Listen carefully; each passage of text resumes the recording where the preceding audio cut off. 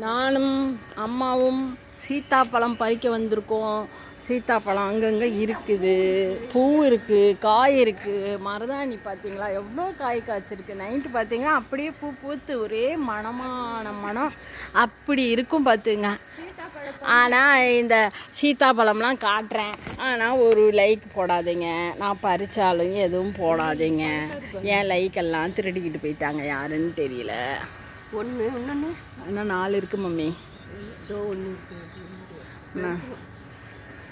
அந்த பாருங்க, கொய்யா மரத்தில் கொய்யா காய் காய்ச்சிருக்குது.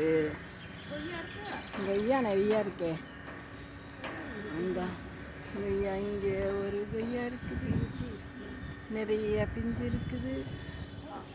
முருங்கைப்பூ இருக்குது, கொய்யா பூ இருக்குது, சீத்தாப்பழம் இருக்குது, மருதாணி இலை இருக்குது, குப்பைமேனி இலை இருக்குது.